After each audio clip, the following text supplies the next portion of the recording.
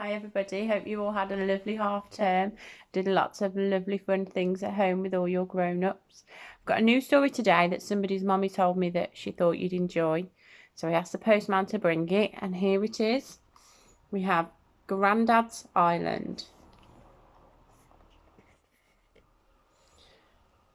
At the bottom of Sid's garden, through the gate and past the tree, was Granddad's house. There was a key under a flower pot, and Sid could let himself in any time he liked.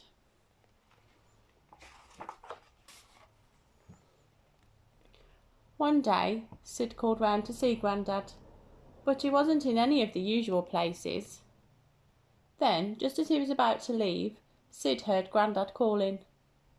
"Ah, there you are," said Grandad. "There's something I want you to see."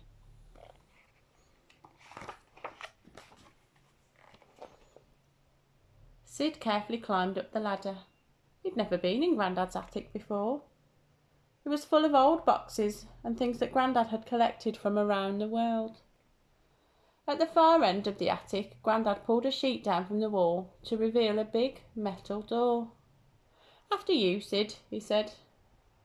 Sid turned the handle, clunk, and gave the heavy door a push.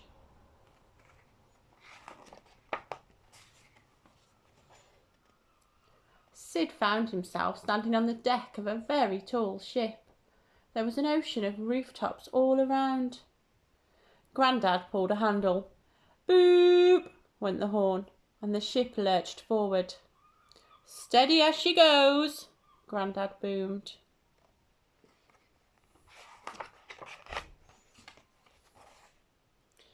Grandad was very good at steering the ship and kept them on a smooth course across the rolling waves. Mile after mile, all they saw was sea and sky, sky and sea, until at last something appeared on the horizon. "Land ahoy!" shouted Sid.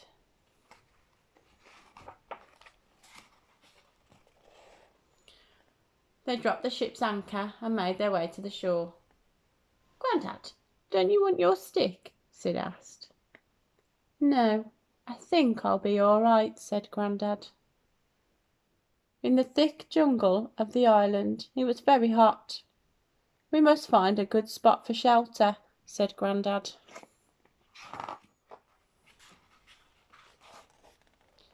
At the top of the island, where a cool breeze blew through the trees, they found an old shack. There was a lot to do, but with a little help they soon had everything ship-shape.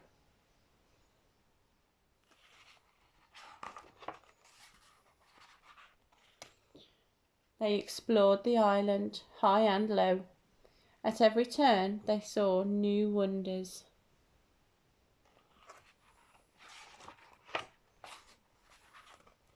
It was the most perfect place. Sid wished they could stay forever, but he knew it would soon be time for them to leave. "Sid, there's something I've been meaning to tell you," said Grandad. "You see, I'm thinking of staying."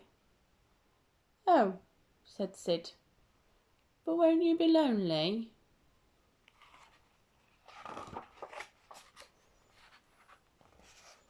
No, I don't think I will," said Grandad, smiling.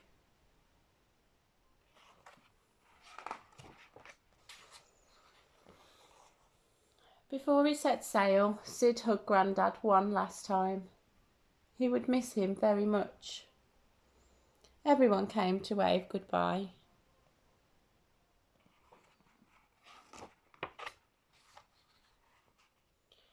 Across the waves, the ship chugged and churned.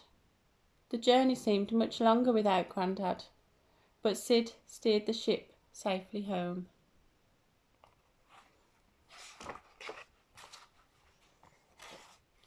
The next morning, Sid went back round to Grandad's house.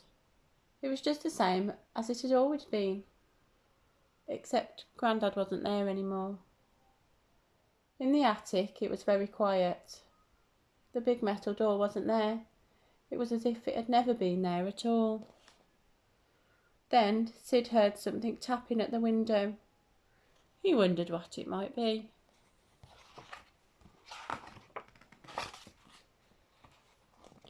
There on the window ledge was an envelope. Sid carefully prized it open.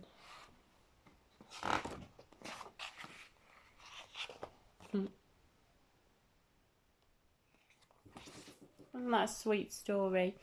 I bet Sid's going to miss his granddad lots and lots. But we can always think of the people that we're missing and write them letters and tell them stories. And that's a nice way, isn't it, to think about them. So thank you for sharing that story with us and telling us that we'd like it. It was really nice. And if anybody's got any more stories that they think that we should read on here, then please let me know and I'll ask the postman to bring them to me. Well, I'll see you all tomorrow. Bye.